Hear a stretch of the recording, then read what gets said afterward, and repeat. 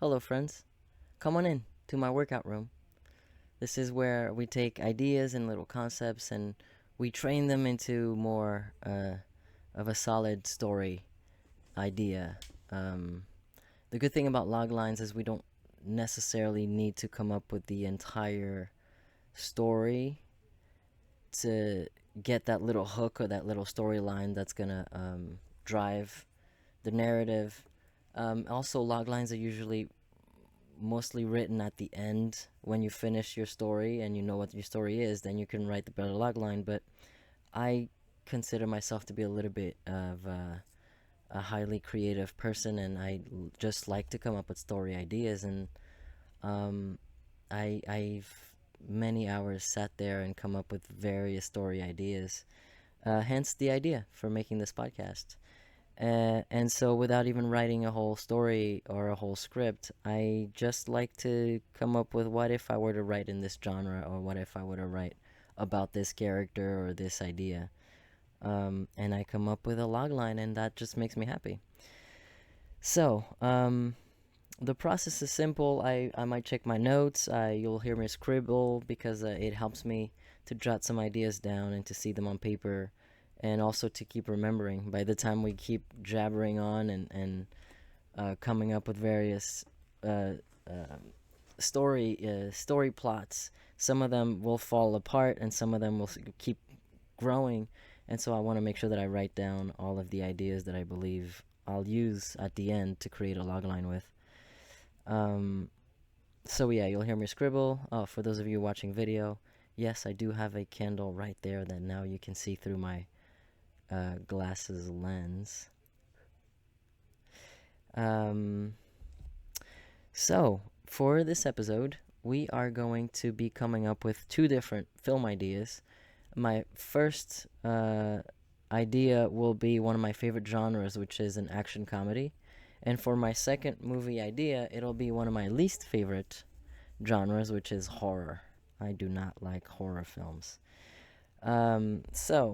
You might see me reach for my notes. You might see me look through my phone. That's because I'm looking for ideas. I'm basically trying to grab onto anything that could help. And as a writer, I'm sure many writers do this. We'll have a conversation, or we'll overhear a conversation. We'll be reading something, watching something, and for me, certain things stand out, and I'll take a note. I'll put on my phone and I'll write real quick a note for myself. Remember this, or look into this, or research this, or this is interesting. Look. And so that's why I might pull out my phone and look for like anything that might spark an idea to keep going and develop a story. So, action comedy. I love these. Oh,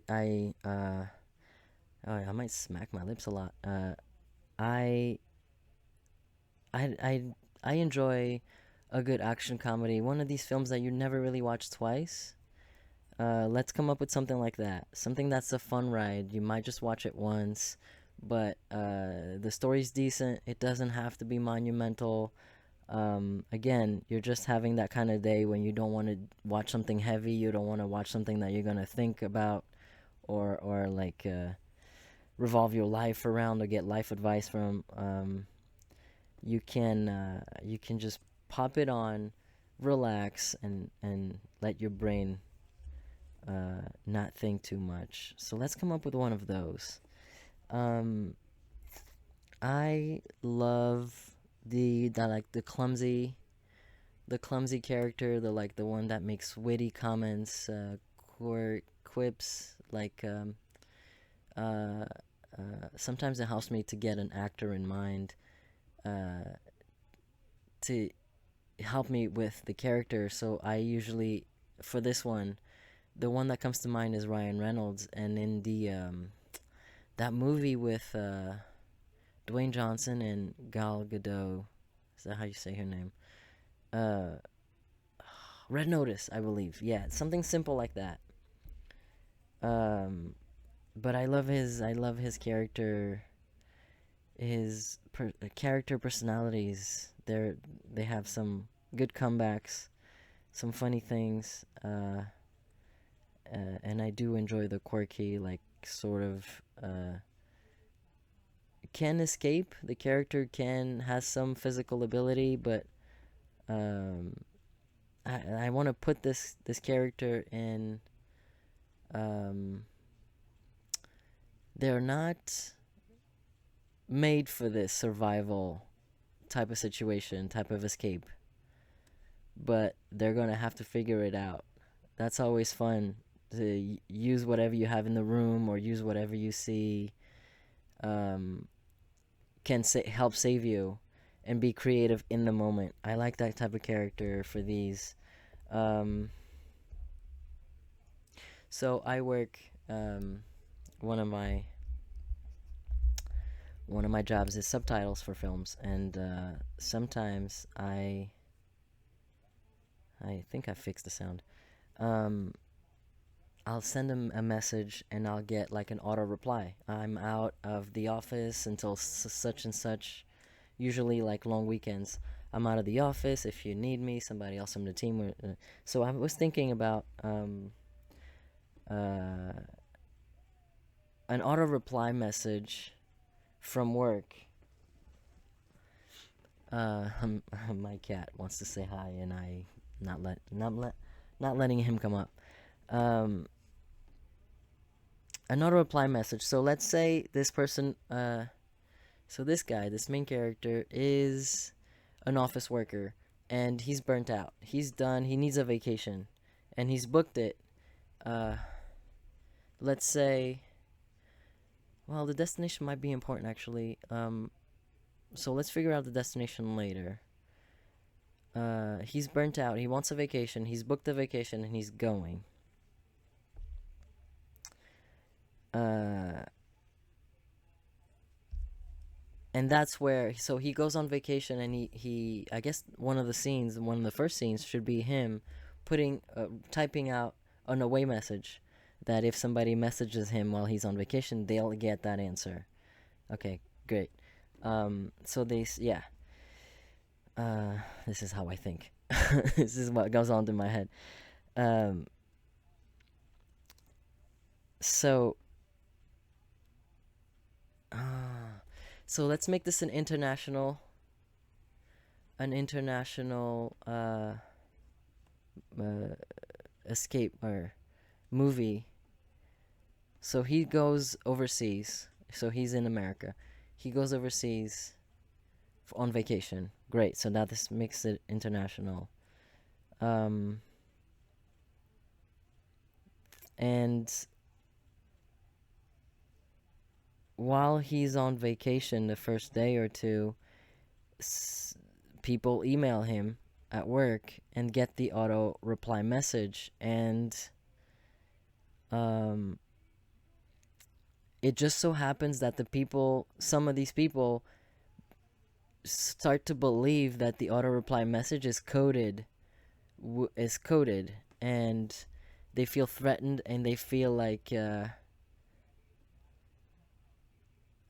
okay, so one organization is gonna think this is a coded threat, and that this means something else, and maybe like this is a mission that they feel found out, and the message is really saying like, if you read this, I'm on this mission to go get these guys. Like this is what they think, and then somebody else reads this away message and thinks, oh, okay. So let's figure out where he works. So let's say there's it's one of these international, right? Because it has to be international. Otherwise, why would international people really be messaging him, um, or intercepting his emails, or or mistakenly, right? Oh, okay. I see where this is going. Um, so he works for like a shipping company. Let's make it something not like too public, like a ooh, okay. Um, my brain. See, my brain is working. Like wildlife, the shipping companies, or the what do you call these guys? Like a company that like a cargo like a cargo shipping company for only like weird the unusual things like wildlife. I don't know how any of this works, but that, again, when we come up with ideas, we just blur it out, write it down, come up with these ideas, and then later on, once you figure out what your story is, you can do the research and plug in what the proper things would be. So let's just call it like a special, special, no, not special needs, specialty cargo. That's where like he works for these companies who do this like artwork, really expensive artwork when they need to be moved, or wildlife, or these expensive cars. They, people have enough money to use private companies to do this. However this works, it doesn't matter. What matters is that this he works for an international shipping company, and that's why it makes sense that international people will think would be messaging him, or even mistaken people. So now here's what we're gonna do is our main character's name could be something so generic and common that because he can't escape by himself if he doesn't have the proper skills, we need to make this into like a buddy thing with somebody that would make sense, that they could survive, or they have the skills to plausibly save themselves or him. So let's say his name is generic, like Anthony Smith. Um, let's use Anthony Smith. But instead of Anthony, we see his name a lot as A. Smith. So now we're opening up to various genders. So his email is a.smith at whatever the shipping company is or something. But the A.Smith is such a common name that for some reason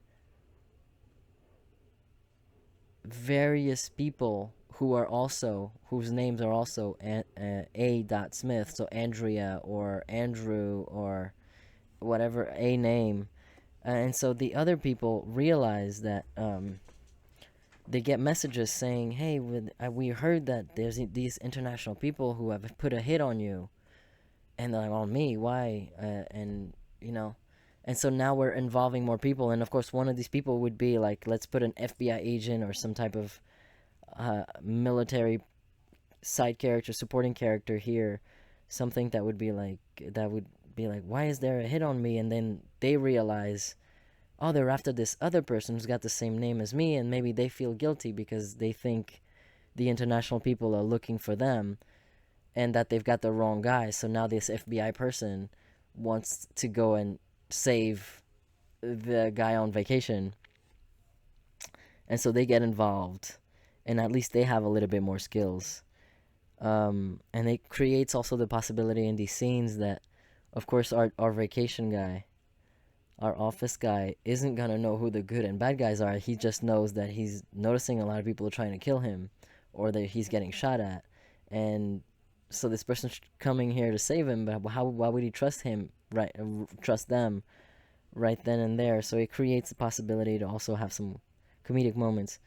Um, yeah, okay. So he works at let me write that down, specialty cargo company, where they do like artwork and wildlife and expensive cars, and diamonds. Maybe like there's a big shipment of diamonds, like you see in these movies sometimes. I don't understand a lot of these things, but again, we're just working on ideas. Um, yeah, these diamonds, these big shipment of diamonds, or like gold bars, and there's another group of people who think his auto message reply is actually saying that he's uh, in this delivery of diamonds. He's at this job and whatever. And so now they try to go and steal it. They want to steal it from him and kill him. And so now we have three different types of assassins or bad guys going after him for three different reasons, and then let's give him like also two other people with him that are highly skilled. So like the FBI person who will have the same name, and then there's another person who also is A. Smith, who will show up, thinking, "Hey, they've got the mistaken identity, and I was sent here to help out." Something like that. Again, that's enough detail on that for us to go on now. Right? Okay. Right. The vacation destination. So now that we have all that information, I think it would make sense to use a um in these movies they have the no, not in these movies, in real life, some people, when they have a lot of money, they have these offshore accounts, right? So why don't we have him go to on vacation to one of these spots? I think like Switzerland's and the Caribbean are places that usually you hear about these people having offshore account on. So let's put the Caribbean on there as our destination, because then it makes sense that like people will be like, oh, they're going to that offshore account that they have, or this is real. They have there's that's where the money is, whatever. Um, we could use that somewhere in the film. Again, I'm not gonna write this film. I'm just coming up with the idea for it. So I don't need to be like all correct and stuff. I just need to plug in the major information spots for the log line. Now what I need is what about one of the people who shows up is like a former smuggler. He's actually a former or like an ex-con or something that's done his time. But he's still connected to enough people that he's heard about this incident, and he decides that this is not cool, it's not fair, and he doesn't want. I don't know. He'll have to have a reason, but I think a former smuggler might actually be a good idea, because they would also have a lot more information or a lot more help last minute that might be willing to help out. That could be a cool other character. I would write that down if I were to come up with this everything about the script and write it. I would write that down and look into how it would fit the story. Um, there's the obvious like not the human traffickers, but like just trafficking in general. Investigators, they might also get a hold of this mistake that's happened that sounds like a coded threat or something. Again, I would write all this down and look into it later if I were to go deeper. Um, Mexico, I suppose, could work as well. That's another note that we make here. Um, Great. So we have our main character. We have the inciting incident. We have, well, yeah, the stakes. We have the obstacle. Sure, the assassins, and um, the stakes are made like I think it's obvious it's his life, but we need something else. I mean, I can come up with like the easy, like maybe he's divorced but he has a daughter, and she's in that era, that age range where she doesn't want to hang out with dad, but he thinks about her. But we don't know that, we don't really know that. Well, yeah, we would have a scene at the beginning where he's leaving and he says goodbye to her, but she's not really that interested. She's in that age range where I don't have time for my parents type of thing. Yeah, go on your vacation, dad. Leave me alone. Uh, right? She's not even waiting to hear back when he gets back type of thing. Um, it's like maybe he feels bad about the divorce, but maybe he still wants to be a good father. It's just that she, if it's a girl, is in that age range. So maybe maybe the idea that he needs to come back for her is something that also helps him hold on and fight, and like is more emotional for him.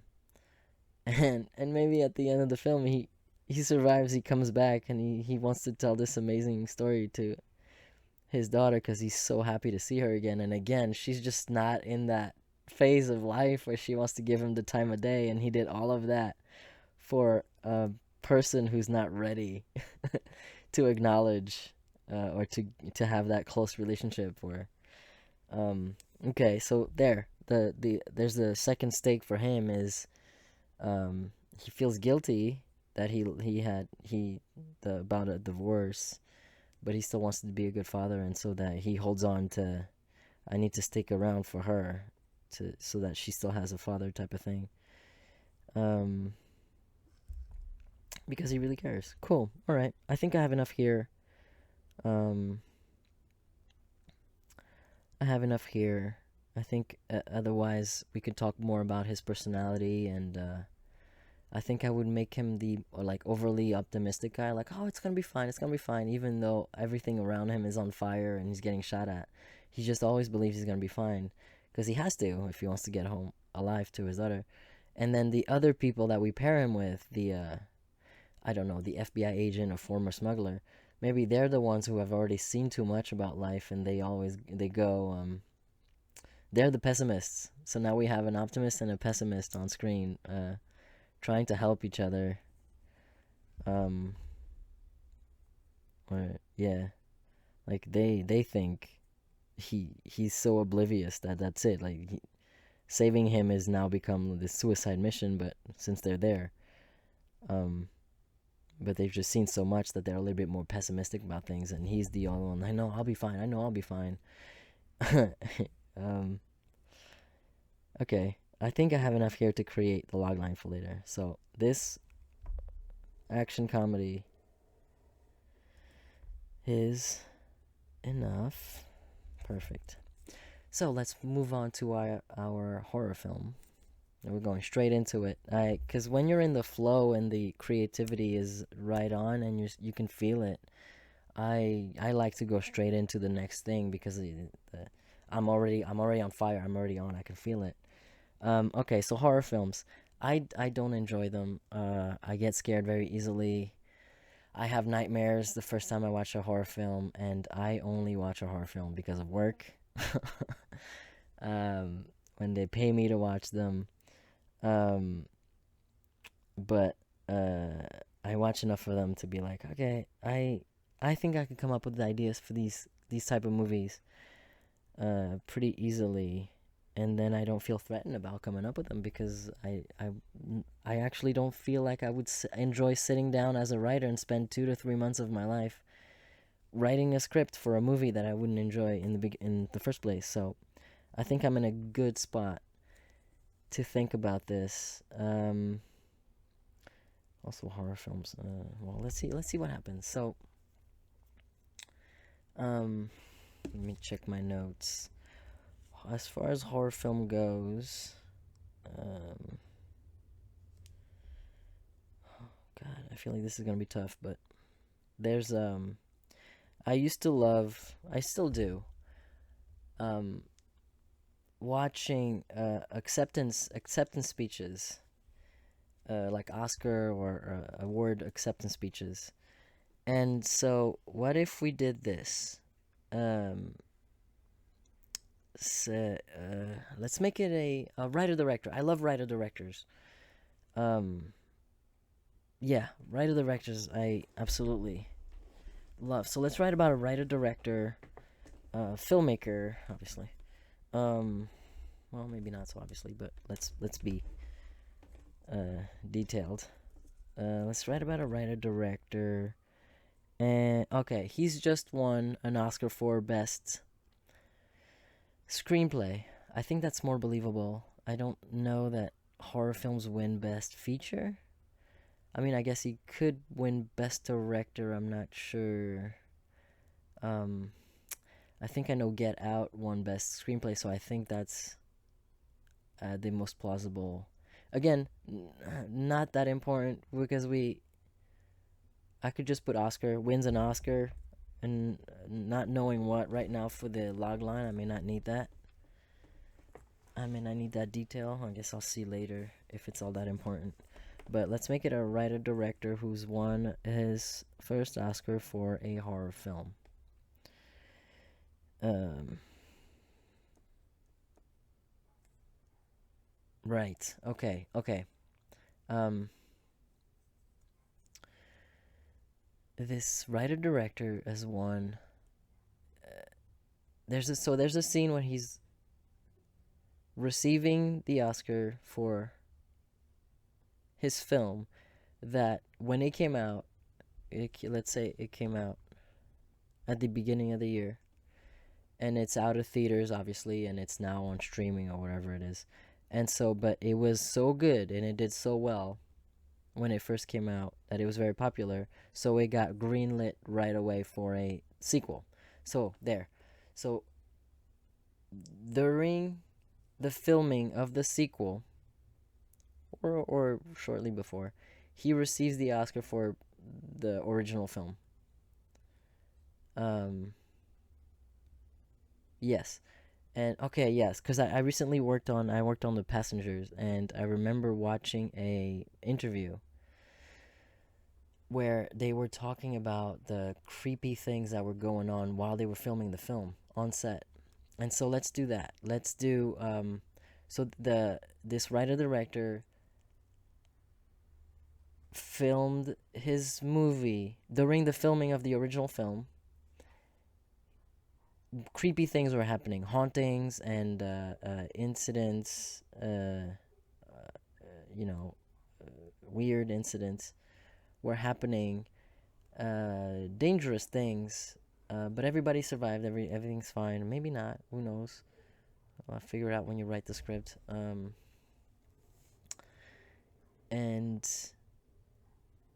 he, everybody, his people survive. Whatever. He makes the film, but during the filming of the original, a lot of creepy things happen. A lot of supernatural creepy things, spirits, almost deaths, injuries, whatever. And the minute that he wins the Oscar, it's almost like the spirit that was haunting the first one um, got pissed. I can't believe that you won an Oscar for this thing that I was trying to haunt you and to like make you stop filming. The spirit wanted it to stop filming, and so that's why it was haunting it. And now winning this Oscar, for some reason, the spirit is triggered, and now it wants to take things more seriously.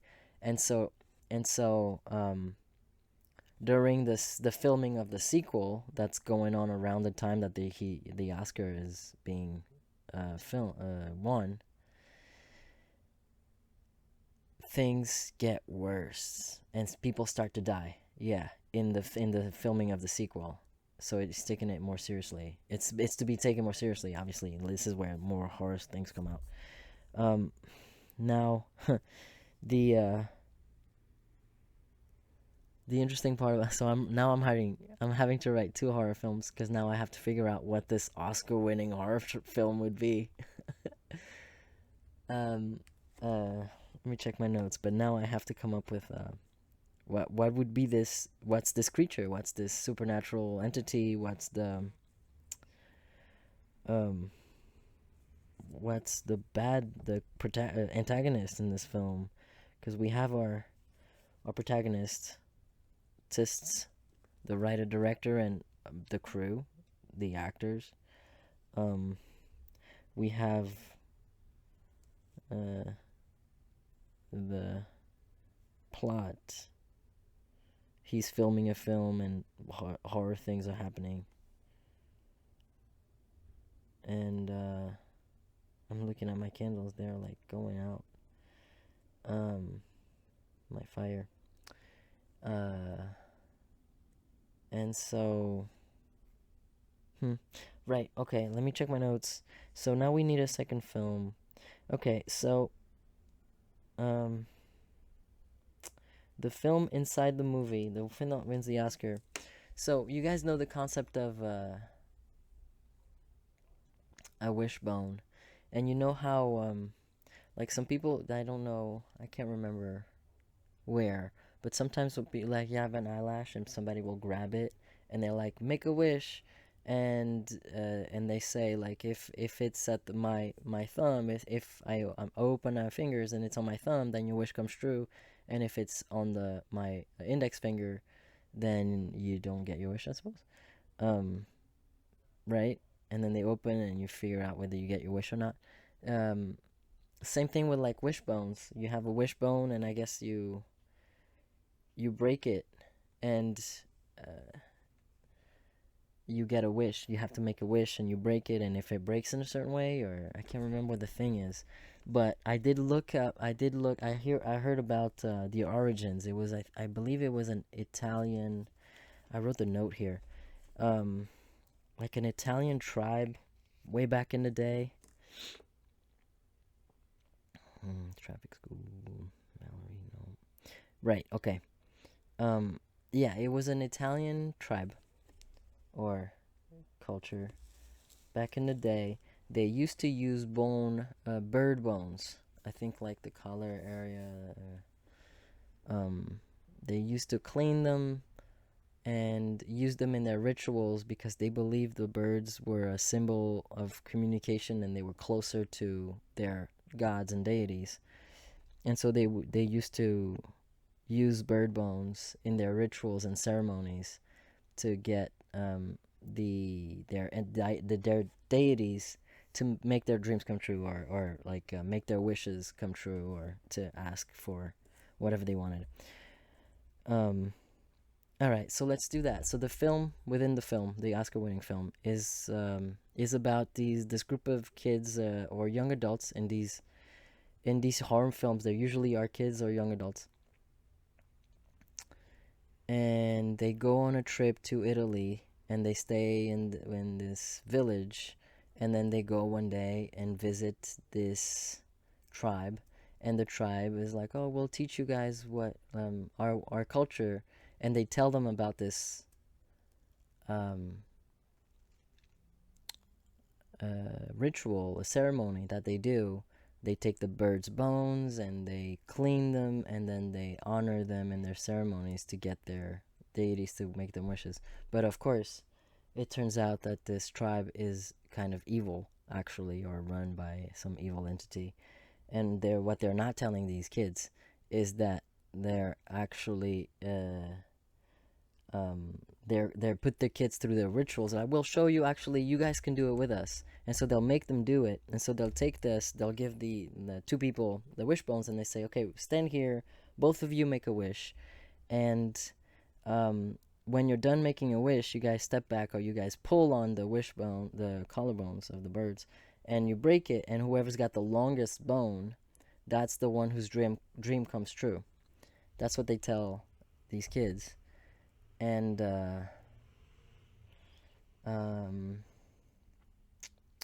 of course, unbeknownst to them, what's really happening is whoever gets the bigger bone is the one that is automatically sacrificed, or like destined to be sacrificed to their deity, their evil deity or whatever. Um, okay, this is coming together.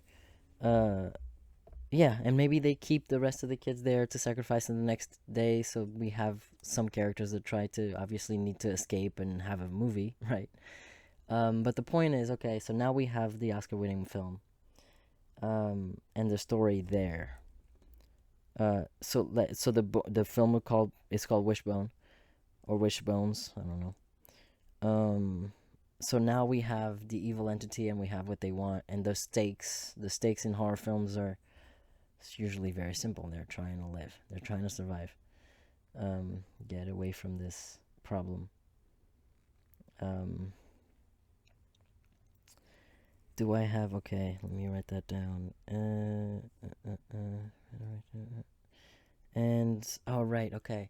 So yeah. So in the sequel of Wishbones 2 is when our writer director is starting to realize that the things that were happening in the first movie are now getting way worse in the second, and now they have to go and investigate or figure out, like, what do we do, because now actually people are, like, the crew or the actors, maybe yeah, they're dying, and maybe it has, yeah, maybe you link it to maybe we link it to the Wishbone film, like um um maybe the evil, yeah, the evil energy, the from Wishbone, when it was summoned in the first film, and it didn't want them to be talking about it, and that's why it was haunting them.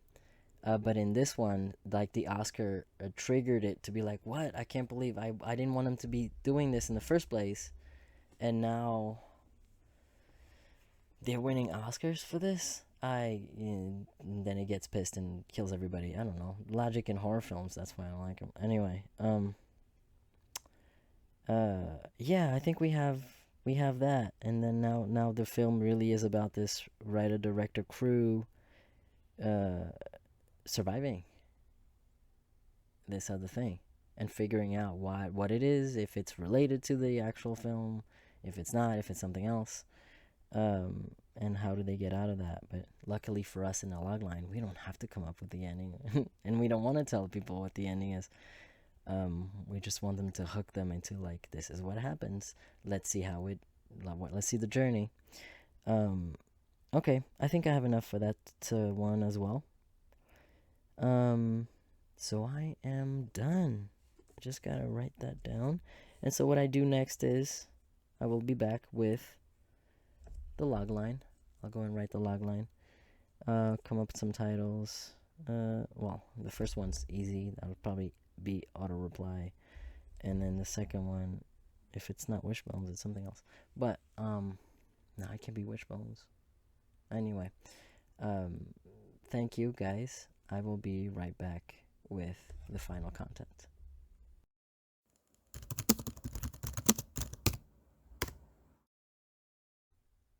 Auto reply, action comedy.